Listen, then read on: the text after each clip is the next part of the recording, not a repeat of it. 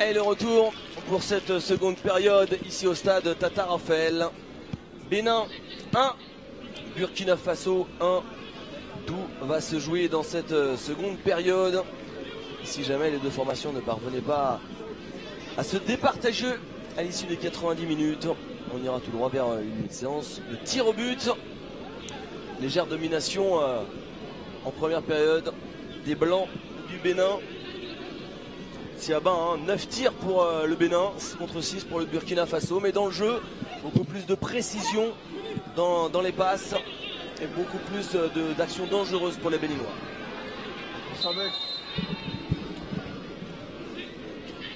Oui, tout à fait, vous avez raison, étant donné que avec son retour sur le terrain, la deuxième mi-temps, comme vous venez de l'annoncer, constitue un autre match.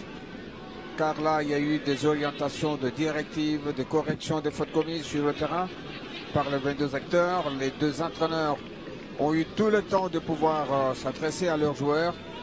Et certainement le premier qui aura transmis un très bon message sera le vainqueur de cette partie.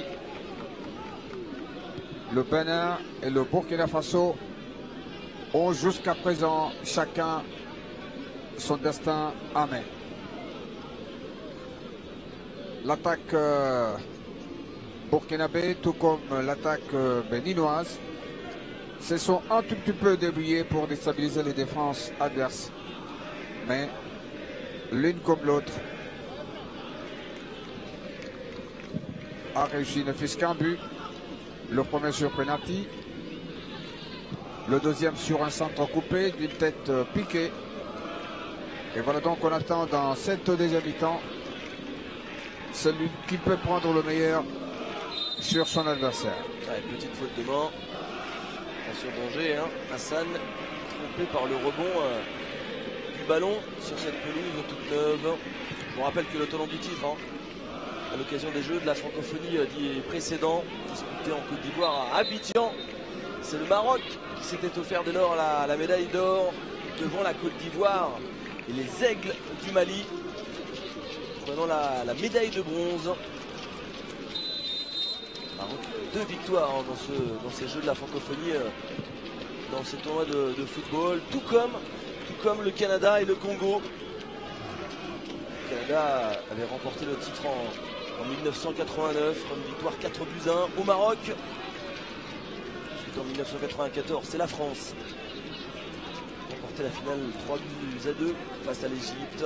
Ensuite du côté de Madagascar en 1997, le Canada s'est imposé au tir au but face au Congo. En 2001, le Maroc avait battu la France 1-0. En 2005, le Niger, la Côte d'Ivoire avait battu 3-0 le Sénégal. Au Liban en 2009, le Congo s'était imposé au tir au but face à la Côte d'Ivoire. À Nice en 2013, le Congo 2-1 face au Maroc. Et en 2017, donc, victoire au pénalty du Maroc face au logo Côte d'Ivoire. Ces deux formations ont encore remporté la moindre médaille dans les Jeux de la francophonie, dans le tournoi de football. C'est l'occasion, et c'est l'occasion cette année, quand on est en demi-finale, on peut aspirer à tutoyer les sommets. L'occasion aussi de nous demander qui va succéder au Maroc, comme vous venez de l'annoncer tout à l'heure. Peut-être l'un d'eux mettra pied en finale, c'est qui est sûr. Ben maintenant, il y a un Cameroun devant. Et puis, le Cameroun n'est pas seul, car tout à l'heure à 18h, il y a encore un autre match. Cameroun-Niger, la deuxième demi-finale. Tout à fait. Et donc, il y aura un parmi les deux qui sera en finale, un parmi les deux ici présentement au stade Tata Raphaël, sur cette pelouse nouvellement bien placée, qui sera aussi en finale. Donc nous sommes loin de la réponse finale pour l'équipe qui va succéder au Maroc. Et un coup franc lointain. J'ai déjà vu un but d'aussi loin. C'était du côté du CO Vincennes par un joueur de la RDC. Mokwa de son prénom, un tir de 50 mètres du pied droit qui avait terminé en pleine lucarne. Bon, faut dire que c'était un pointu un petit peu dévissé, il n'avait pas du tout fait exprès, il voulait centrer. Tout à fait. Alors, le coup franc dans la surface avec la défense des Burkinabés qui trouve la solution, qui dégage le ballon. On allumait les lumières. Hein. Stade Tata Raphaël. J'espère d'y voir un peu mieux. Puisque la nuit tombe ici à Kinshasa.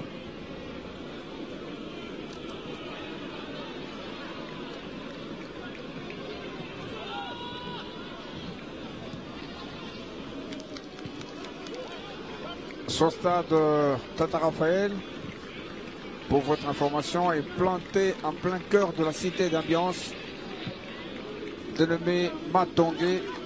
C'est ici où on trouve toutes les stars de la bonne musique, de football, de tennis des tables pour la plupart, et même des volleyball. Sans oublier les anciennes champions d'Afrique des nations de basketball, les Adel Kamanga, Alain Bokumba, Boy Mukendi et les autres qui ont fait la pluie et le beau temps, qui ont très valablement représenté notre pays en basketball féminin. Et donc c'est un stade encore une fois mythique, comme je l'ai dit tout à l'heure, qui est vraiment planté comme monument de beaucoup de souvenirs pour les Congolais. Et retour au ballon avec cette frappe. La frappe de Samadou Atichikou. C'était vraiment bien armé, hein. Avec la belle déviation.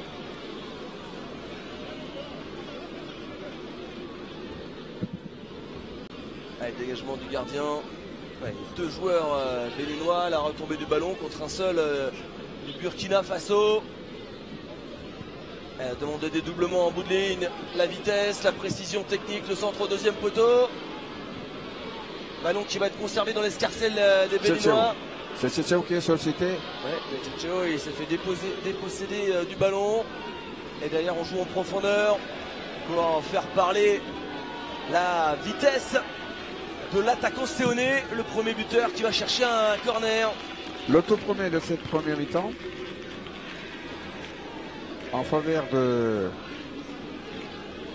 l'équipe burkinabé. Corner, hein. Corner tiré par le numéro 4. Prend son temps. Oui, il prend son temps certainement. Non, c'est le numéro 8. C'est Cédric Barrault, droitier. Et j'avais vu un droitier, hein, toujours du côté du COB. Justement, ça va partir. Il avait marqué un corner direct. Oui, ça va partir de la droite et de la gauche. Hein. Regarde, des pieds droits. Il avait marqué un corner direct. Là encore un coup de pied dévissé. Allez, maintenant la précision du geste pour Barrault. Coup de pied arrêté dangereux pour les Burkinabés. Premier poteau, on est venu couper la trajectoire. Et le deuxième poteau, on s'est raté. La tête de Séoné qui passe à ras du poteau de David Agossa.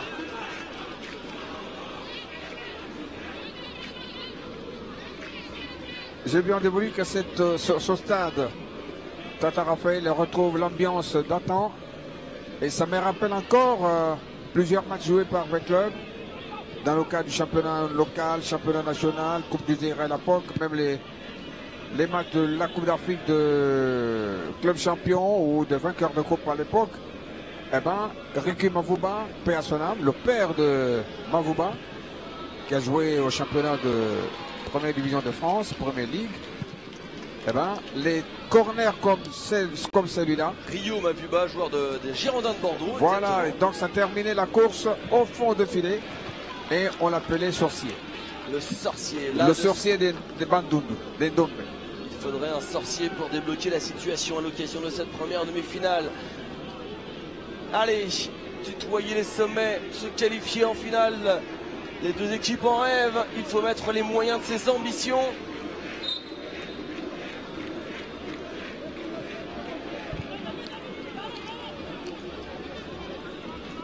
Kéré au coup franc. Et il va le laisser à Tinta. Allez, Zakaria Tinta dans la boîte. Gardien qui a hésité, finalement les deux points. Oh, la sortie qui n'était pas judicieuse et derrière. Voilà ce qu'on appelle de Ouattara et le sauvetage d'un défenseur. Ça, c'est un véritable miracle. Le gardien a été battu. Heureusement que la solidarité béninoise archi battu a permis d'éviter le second but du Burkina. Le poteau était vide. On va revoir ça au ralenti. Sortie du gardien en demi-teinte. C'est quasiment une passe décisive. Et le tacle salvateur du défenseur béninois qui vient sauver les siens. Allez, retour au direct. Le numéro 2, Moumini, Abdoul Rachid Moumini qui vient éviter ce deuxième but du Burkina Faso. Et on s'y essaie avec une frappe qui vient raser le poteau droit. Et la frappe contrée puisque l'arbitre a indiqué le poteau du corner. Tietieta. C'est un peu la réponse que le Burkina Faso donne à la légère domination de Béninois. Et là, le coup franc de vers Tita, la fin de la partie. La sortie derrière le but est libre et l'offrande n'a pas profité à cause ou grâce, en fonction de pour qui on est, d'Abdoul Rachid Moumini. C'est ça qu'on appelle défendre. Corner direct. Un droitier au second poteau, le troisième poteau au quatrième poteau, ça sera touche. Moumini a joué son rôle de défendre son gardien de but, défendre même toute sa nation. Et oui, défendre sur sa ligne. Quand le gardien sort, il y a toujours un joueur qui vient normalement tout à fait assurer la ligne. Il a joué le véritable rôle d'une armée qui a défendu l'intégrité de son territoire. Et ça fait toujours un partout entre les deux équipes. À l'instant, ni vainqueur, ni vaincu. Mais à la fin, Chiaba, il en restera qu'un. Et l'incertitude est totale ici au stade Tata Raphaël. C'est le passage obligé. On doit avoir un seul vainqueur, pas de ce match, pour qu'il soit reçu avec honneur par les sportifs congolais et tous ceux qui ont pris part à cette 9e édition de Jeux de la francophonie lors de la finale au stade de Martyrs de Pentecôte, de la Pentecôte. Et ça sera encore une autre occasion de plus de voir les sportifs congolais remplir leur stade de plus de 90 000 places assises. Ça sera probablement devant toutes les autorités de la République démocratique du Congo. Premier changement pour le Bénin avec l'entrée du numéro 11 Zankiou Abdoulaye et la sortie de l'ailier droit Soumeila Oumpe. Qui a été moins présent, moins bien servi, mais il est surtout l'auteur de la passe décisive en première période. Je regarde où se positionne Abdoulaye. C'est un changement poste pour poste, il va dans le couloir droit de l'attaque des Guépards.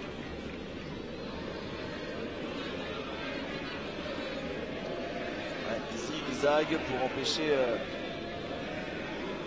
bien protéger le ballon.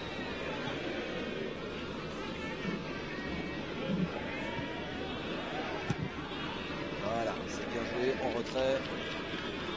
Clairvoyance de Malik. David Aguessa. Finalement, il va privilégier le renvoi long.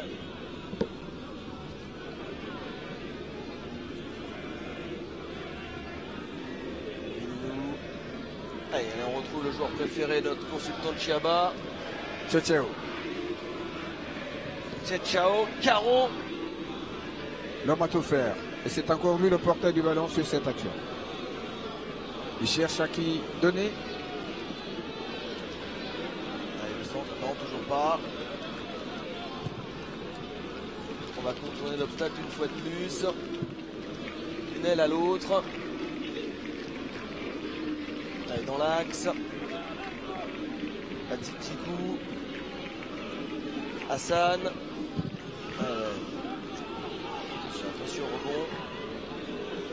Donc ça fait environ 45 secondes, voire même plus, que le Bénin a privé le ballon au Burkina Faso. Il y a eu une belle conservation. Il touche après la tête la déviation de Ticheta. Ouais, mais pour l'instant, possession ne rime pas avec occasion. Il va falloir casser les lignes, prendre un petit peu plus de risques dans les zones offensives.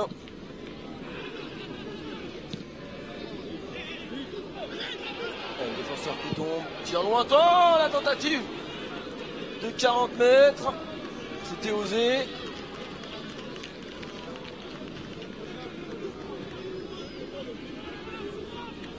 On dirait que les deux équipes, ou les 22 acteurs de deux équipes, ont presque tous la même intention, même spécialité, des longues balles et des tirs à distance. Même si c'est pas cadet, mais vous sentez que ça va avec violence vers la défense adverse.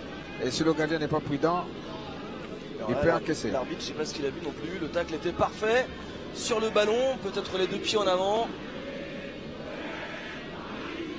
Allez, coup franc maintenant à jouer pour le Burkina.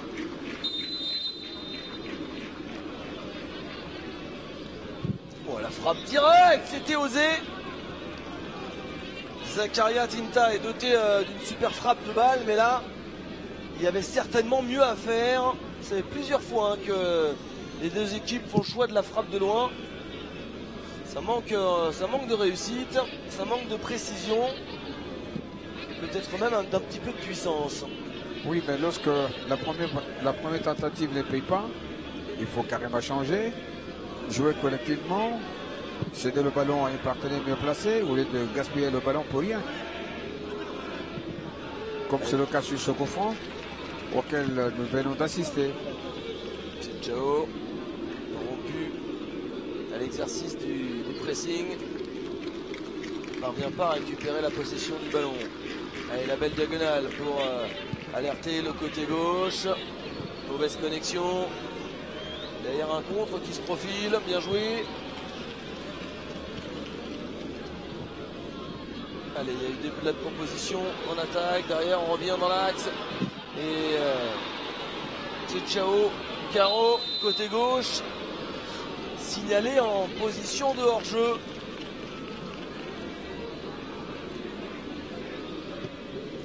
Vous voyez, sur cette image, il n'y avait pas grand-chose, mais suffisamment pour que l'arbitre de touche le voit.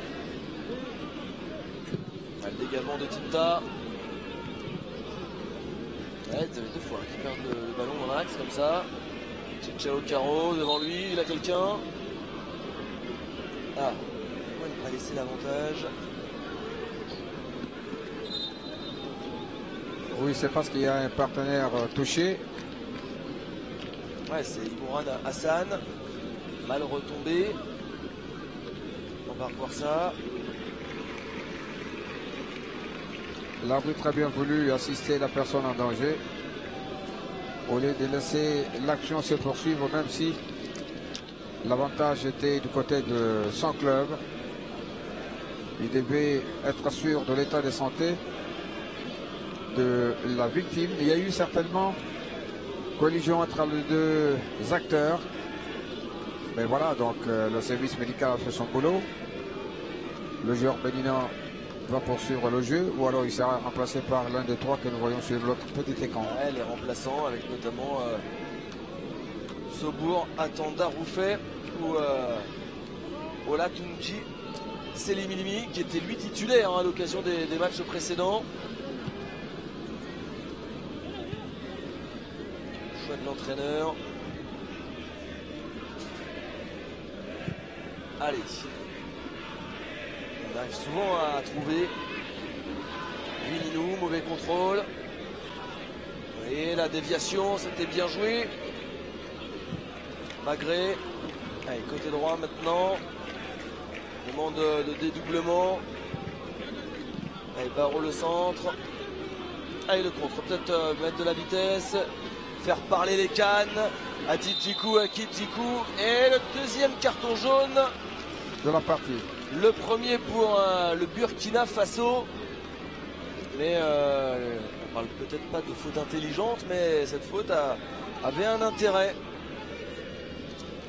Cédric Barraud a annulé cette action.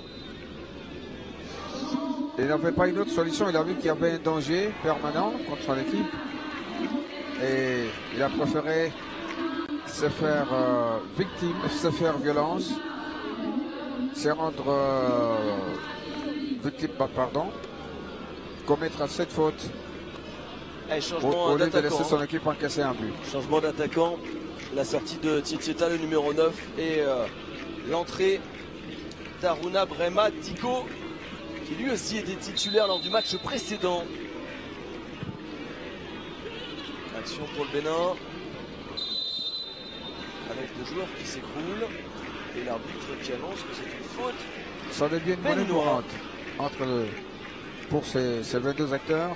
Il y a beaucoup de simulations quand même, hein. On se relève tout de suite derrière. La Bicentin commence à comprendre petit à petit le comportement des uns et des autres et fait un effort, je le pense, de ne pas tomber dans le piège des joueurs pour qu'il n'y ait pas de contestation comme c'est le cas au moment où il a accordé pénalty à l'équipe de Burkina Faso en première mi-temps. Un partout entre le Bénin et le Burkina. Ouverture du score du Burkina Faso sur pénalty. Oh, le son, on a entendu un son. Ah oui, le son, il y a eu contact entre les crampons du Béninois et le dessus de pied, le coup de pied du joueur resté au sol. Un peu trop de précipitation pour Abdoulaye qui vient tout juste de rentrer. Oh, oui. Ah oui, il a touché. Il a touché. Et l'arbitre a raison. Oui, l'arbitre a raison de pouvoir sanctionner. Oui, c'est relevé. J'ai eu mal pour lui, mais finalement il n'y a pas grand chose. Mais justement, il s'est fait oublier, couloir gauche. Le relais avec Bagré. Bagré qui va réclamer. Bagré toujours. Bagré. Oh, c'est dommage qu'il ait pas joué la carte solo à ce moment-là. Plutôt que la jouer collective. Allez, côté droit désormais. Diko. Ciao, Caro. La touche est burkinabé. Petite aile de pigeon. Petite talonnade. On est rentré dans la surface. Les mains étaient dans le dos. Il n'y a rien. Et nouveau contre. Avec un attaquant. Vininou. Un contre 4. Il y a un cinquième joueur burkinabé qui s'est ajouté. Bon retour de Wedra Ogo. Il ne pouvait pas faire grand-chose étant donné qu'il arrivait autour de lui beaucoup de gardes du corps. Un rapproché.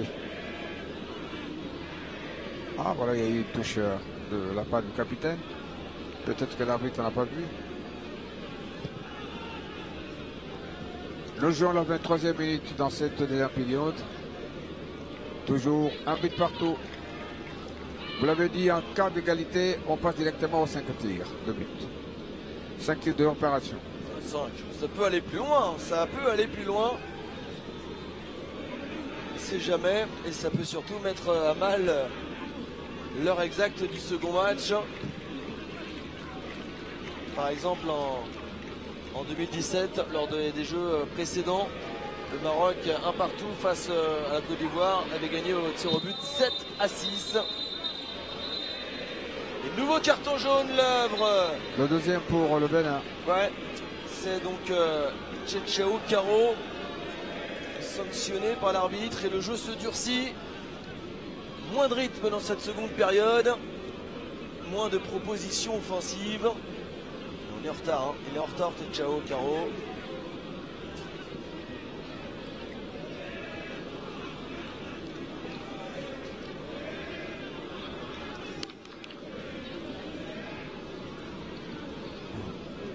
Burkina-Bénin, c'est un véritable combat d'hommes avertis.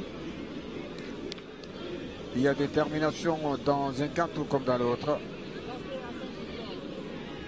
Personne ne veut lâcher prise. On cherche une petite faille pour mettre la balle au fond de filet et armer les lignes aiguières pour éviter d'encaisser. 21 et 18. On n'est pas loin. On est à 39 coups francs depuis le début de ce match. Beaucoup de fautes de part et d'autre, beaucoup de coups de sifflet de la part de Bissila N'Guéné, l'arbitre.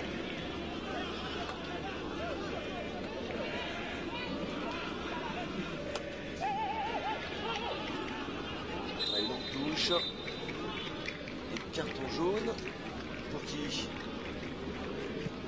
est venu se plaindre. Alors ça peut pas être Barreau, le numéro 8. Parce qu'il a déjà été averti en première période. Et on le retrouve justement. Donc, voilà, le 40e coup franc. On y est. On y est exactement. Les cartons jaunes qui deviennent de plus en plus nombreux risquent de nous amener très prochainement à un carton rouge. Ah, vous le sentez comme ça? Ah oui, oui, peut-être dans un camp tout comme dans l'autre. Étant donné que les joueurs maintenant perdent leur contrôle, ils préfèrent engager les muscles au lieu de jouer avec l'intelligence. Et l'arbitre ne tolère pas cela. Il contrôle chaque faute, petite ou grande. Pour lui, ça s'appelle faute et il sanctionne. Et j'ai peur qu'il y ait un carton rouge dans les minutes qui viennent.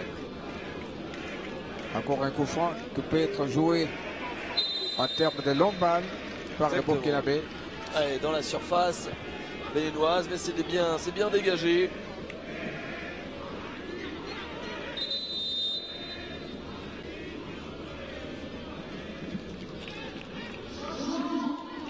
Alors, le 18, le 19 pour le Bénin.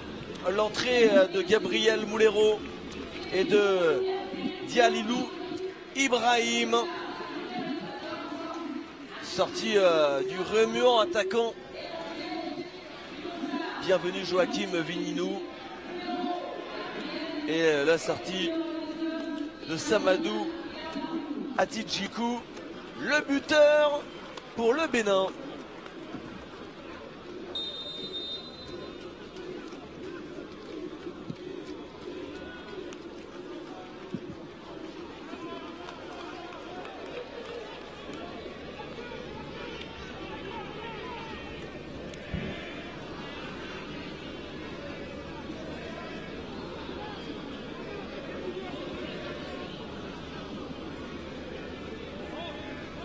Allez, le portier qui se dégage.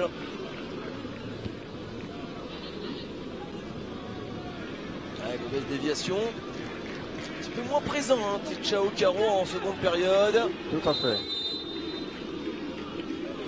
Alors que nous sommes à 17 minutes de la fin de cette deuxième mi-temps, le score indique toujours un but partout entre les deux, entre le Burkina et le Bénin.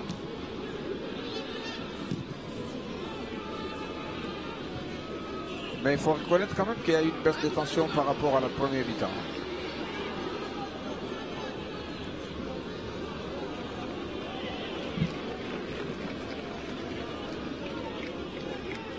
La balle est sortie pour le Bénin. Ouais, la rencontre, hein, moins d'intensité, moins de rythme. 41e voire 42e faute.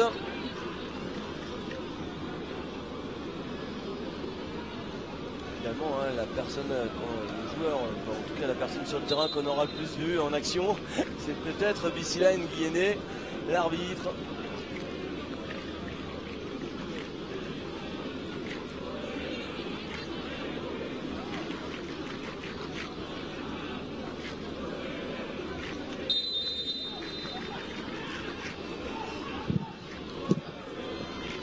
Allez, dans l'axe. Par-dessus, la proposition. On est vigilant. Chao Caro.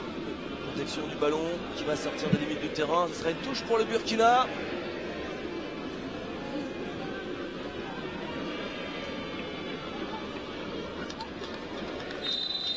Allez, l'arbitre qui laisse pas l'avantage. Allez, coup franc rapidement joué. On va changer de côté. L'arbitre qui a gêné la transmission. Tchao n'a pas beaucoup de muscles, mais je me demande comment il est trop résistant. Devant les défenseurs burkinabés qui sont bien battus. C'est rare de le voir tomber. Hein. C'est Tchao Caro qui a gagné son duel. Deux adversaires sur le dos, c'est compliqué de faire la différence. Il permet quand même un centre à son un de ses partenaires. Et un centre qui n'aboutit pas. Et si on a pris du plaisir à suivre cette première période, la seconde est moins riche en occasion. Et là c'est presque une passe décisive que le défenseur a réalisé. La frappe à suivre, détournée de la tête.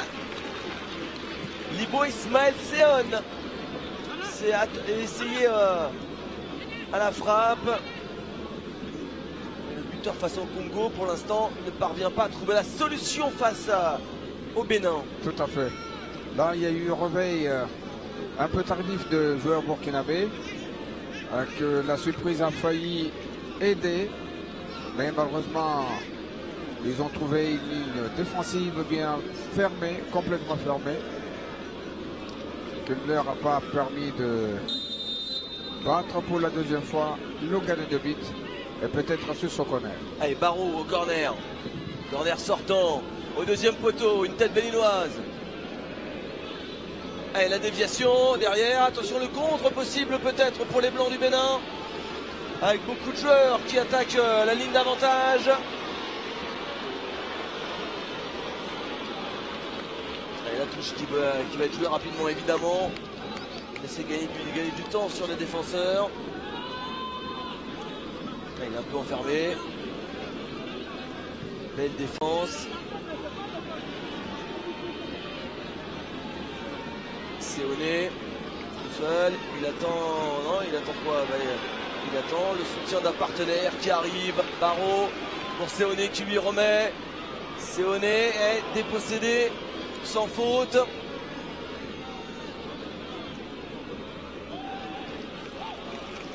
Marqué de près, hein. On ne laisse aucun espace à Tchao Caro.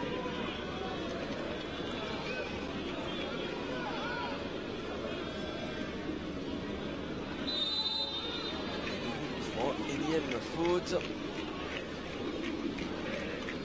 Et la solution viendra peut-être sur coup de pied arrêté. Hein. Je le pense moi aussi parce que les joueurs ont senti que les deux défenses sont vraiment coriaces, bien faites, bien formées, bien composées. Et ne laissent rien passer, même s'il y a faute quelquefois de gardien de but. Les défenseurs, eux, jouent leur rôle pratiquement dans un cas tout comme dans l'autre. Et voilà, donc ça anéantit un tout petit peu l'intensité du match. Et là, il faut féliciter les deux milieux du terrain qui jouent convenablement le rôle, mais le rôle cassé une fois la balle arrivée dans la défense adverse. Les défenseurs burkinabés sont de grande taille, même chose avec ceux du Bénin. Penalty, on l'a vu, on ralentit un Libo Ismaël Seoné. Et à mon avis, c'est le numéro 6 qui devait tirer ce penalty. Ah oui. Le buteur, lui, est venu du néant. Peut-être c'est la stratégie. Il y a eu un semblant du numéro 6 burkinabé Bagré Terpis qui a trompé la vigilance du gardien. C'est lui, même moi j'ai vu que c'est lui qui allait tirer. Et pourtant... Vous avez été trompé. Votre vigilance a été mise à mal. Non mais sans déconner. En tout cas. Chiaba. Alors que vous auriez pris ce but alors, si vous aviez été dans les buts. Bon, vous aussi, hein, on se le partage. Hein. Allez, le coup franc qui n'est pas joué directement. Allez, sur son beau temps, Tchaka Carraro, qui n'évitera pas la sortie du ballon en 6 mètres. Et le changement, 2 changements à venir pour les Burkinabés. La sortie de Rodrigue Kéré et la sortie est également d'Assamadou Ouedraogo. L'entrée donc d'Éric Chardet et le numéro 12 de Yacouba Cher Toumaniou. Un défenseur, un milieu qui rentre. Changement poste pour poste. Eric Sardet qui va tout de suite prendre position à la droite de la défense burkinabé. Il aura fort à faire avec Tchétchao, Caro. Pourtant lui a changé d'aile sur l'action précédente. Il est resté côté gauche. Ouh, l'entrée tout en puissance du remplaçant.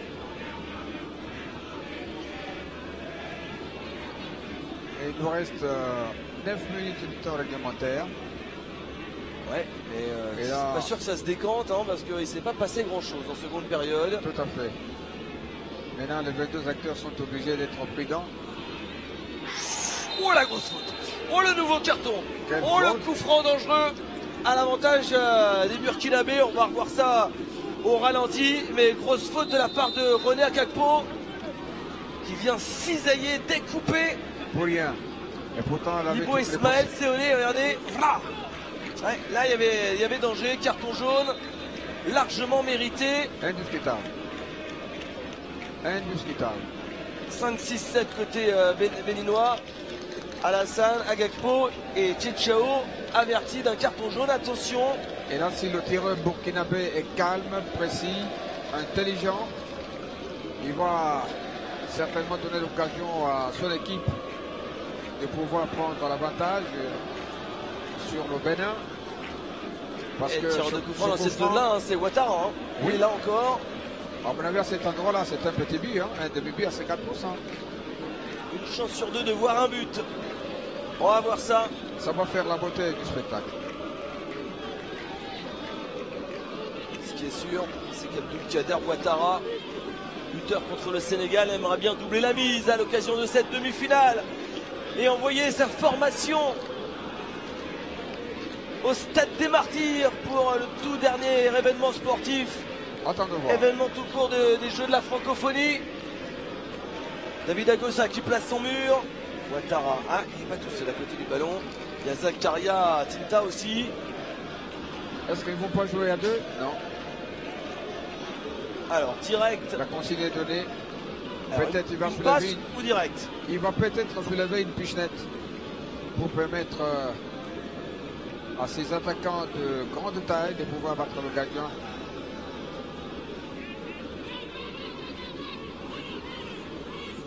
Un moment de concentration suivi d'un petit silence. Et c'est pas pris. Franc, tiré direct. Il a complètement raté sa cible. La frappe qui s'envole, qui ne fait pas trembler David Agossa ni les spectateurs venus pour l'occasion. Un très bon contrôle, pied gauche sous Kamao. Touche à l'avantage du Bénin.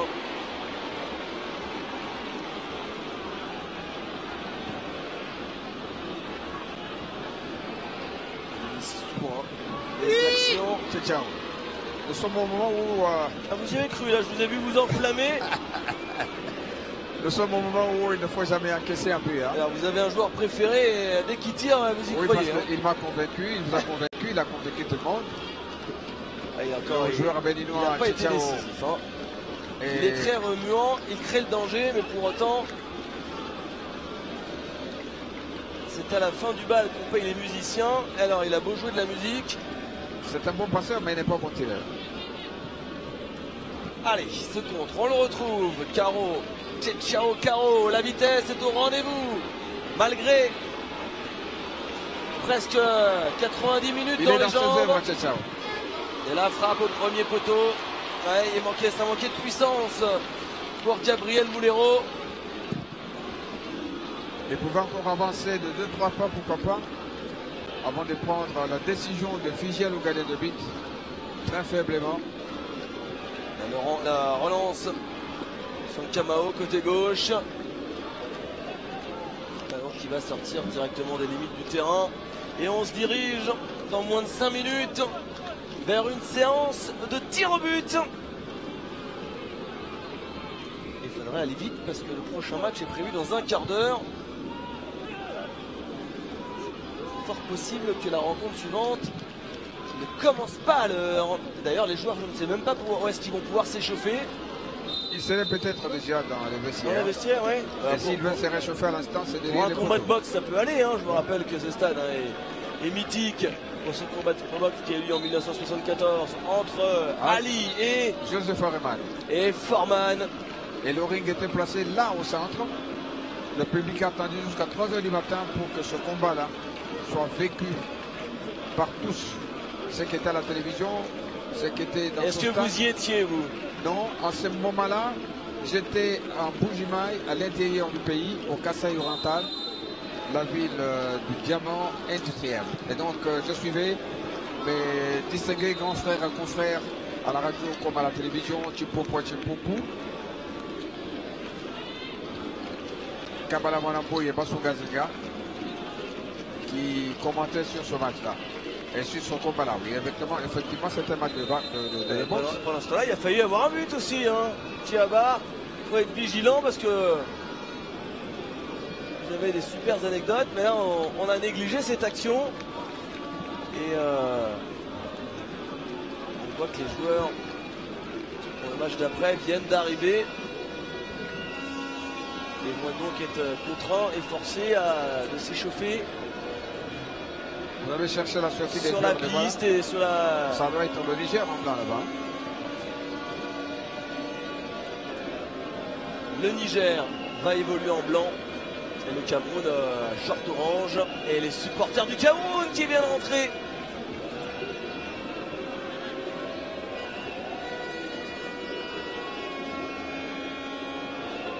C'est pas les meilleures conditions pour préparer cette rencontre.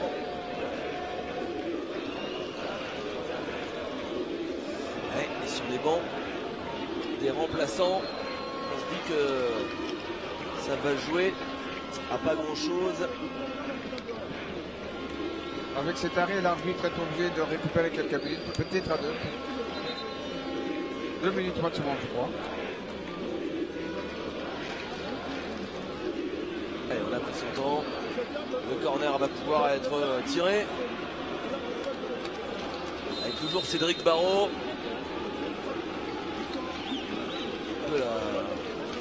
Allez, Cédric.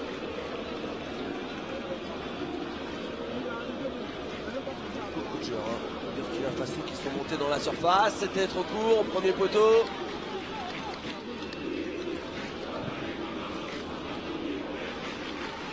C'est Kamao qui s'en sort, qui obtient une touche.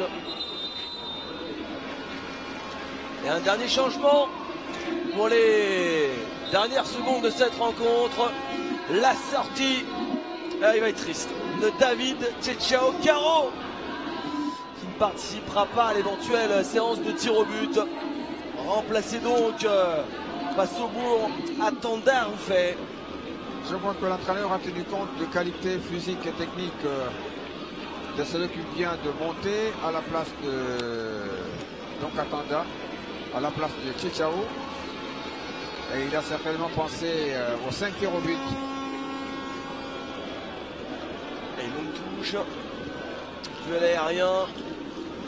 Remporté dans un second temps par le Burkina qui va obtenir un nouveau corner. Ça pousse dans les dernières minutes de cette rencontre pour les Burkinabés. Ça fait vite. Et je me pose la question de savoir, est-ce que les deux entraîneurs avaient-ils préparé la séance au but au cas où le match s'est terminé sur ce score? Le score nul. 0-0, 2-2, 1-1. Je me pose la question si il y a eu une préparation à ce sens. Mais voyons voir, l'équipe la plus prudente, intelligente. Corner de Barrault et la tête dévissée d'Abdulkader Ouattara. C'est pas le plus grand, mais sacré jump.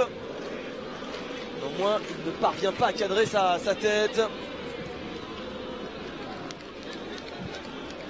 Allez, les nouvelles entrants qui doivent apporter une plus-value dans cette fin de match, faire la différence. Oh, peut-être une faute. Sanctionné. Une deuxième. Sanctionné. C'est là où. On doit être à 50. 50 coups francs certainement depuis le début du match. Nous sommes à la toute dernière minute. réglementaire, voilà. Plus 3 minutes de temps additionnel. 3 minutes pour une décision finale à prendre par le Burkina ou le Bénin. Les filets doivent encore trembler. C'est les supporters des deux formations qui tremblent surtout. Est-ce que vous connaissez Zombo le soir? Pardon? Zombo le soir, vous en savez quelque chose, non? Le jeu, le Django? Non, pas le joueur. Zombo le soir. Zombo le soir, non. C'est-à-dire un but manqué tout juste à la dernière seconde. Ah, c'est comme ça que vous appelez ça? Ouais, on appelle ça Zombo le soir, c'est nous. Eh bien, on va voir. Hein. Le soir est tombé, en tout cas, ici à Kinshasa. On va voir. Et la baguette est avec le Burkina. Non, le Bénin. Peut-être sur cette action. Et l'arbitre qui a vu une faute. Ça n'a pas payé.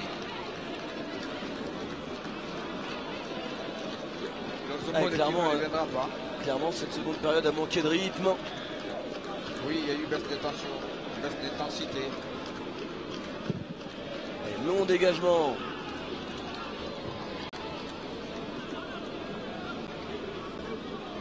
Peut-être une dernière occasion à se mettre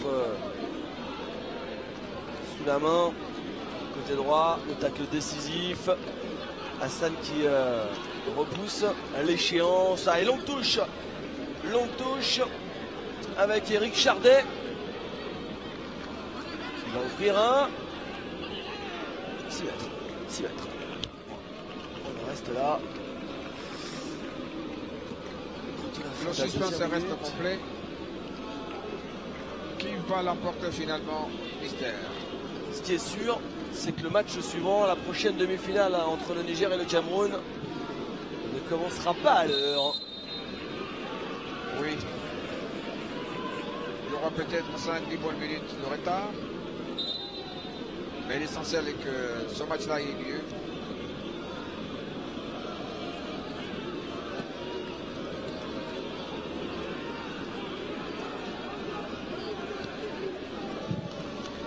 Et on vient de m'indiquer, hein, en cas de pénalty, le match à suivre sera donc décalé d'une bonne trentaine de minutes.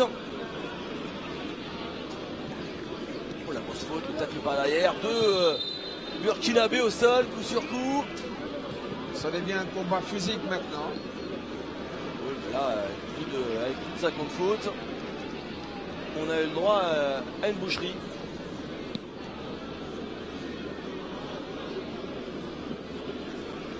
Allez, maintenant, le numéro 6, Burkinabé, un ballon important. Hein. Tertus Bagré. Ah non, il veut pas. C'est pas lui qui va le tirer. C'est Zakaria Tinta. Mais le bonheur peut partir de ce coup franc. C'est le 14. Et c'est Tinta. Tinta, allez, Tinta dans l'exercice du coup franc. Souvent, il s'est rapproché du ballon, on ne l'a pas laissé tirer. Là, cette fois-ci, il reste un seul tir à réaliser. Je vais m'en charger. Mettez-vous dans la surface. Je vais essayer de vous transmettre une offrande, de vous faire un cadeau. C'est d'ailleurs bien tiré. Et la défense se dégage. Et ce qui devait arriver arrive. Voilà. Un partout. Il ne s'est pas passé grand-chose en seconde période. Grosse occasion pour le Burkina Faso. Ouattara qui profitait d'une offrande, un mauvais dégagement de David Agossa. Mais un défenseur, Mouini, qui sauvait les Béninois. Et donc,